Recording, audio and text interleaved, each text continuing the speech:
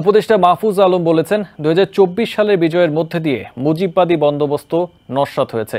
সোমবার মহান বিজয় দিবসে জাতীয় স্মৃতিসৌধে শ্রদ্ধা নিবেদন শেষে তিনি আরও বলেন, ভবিষ্যতে এ বছরের মতো বিজয় উদযাপন করতে ঐক্যবদ্ধ থাকতে হবে। এদিকে উপদেষ্টা নাহিদ ইসলাম বলেছেন, ১৯৭১ সালের অরক্ষিত স্বাধীনতা পূর্ণতা পেয়েছে ২০২৪ সালের বিজয়ের মাধ্যমে।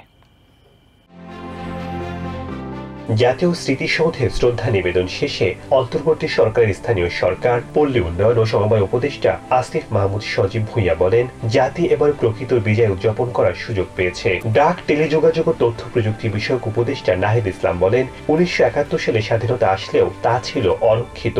২০২৪ সালের বিজয়ের মধ্য দিয়ে সেই স্বাধীনতা পূর্ণতা পেয়েছে বলে মনে করেন তিনি। অর্থ ও পরিকল্পনা বিষয়ক উপদেষ্টা ডক্টর সালেহউদ্দিন আহমেদ বলেন, স্বাধীনতা ৫৩ বছর আগে অর্জন হয়েছে, তবে সবার সহযোগিতা নিয়ে আরো ভালোভাবে অর্জনের চেষ্টা করতে হবে। শিল্প উপদেষ্টা আদিলুর রহমান বলেন, এরই মধ্যে সংস্কার কমিশন গঠন করা হয়েছে, সে আলোকে সকলের মতামতের ভিত্তিতে কাজ করা হবে। এছাড়া উপদেষ্টা মাহফুজ আলম বলেন, ২০২৪ সালের বিজয়ের মধ্য দিয়ে মুজিববাদী বন্দোবস্ত নস্যাৎ হয়েছে। বিগত সরকারের আমলে দেশের মানুষ বাক স্বাধীনতা থেকে শুরু করে মৌলিক মানবাধিকার পায়নি বলে অভিযোগ করে এই বছরের মতো প্রতি বছরই মুক্তভাবে বিজয় দিবস উদযাপন করার আশাবাদ ব্যক্ত করেন তিনি।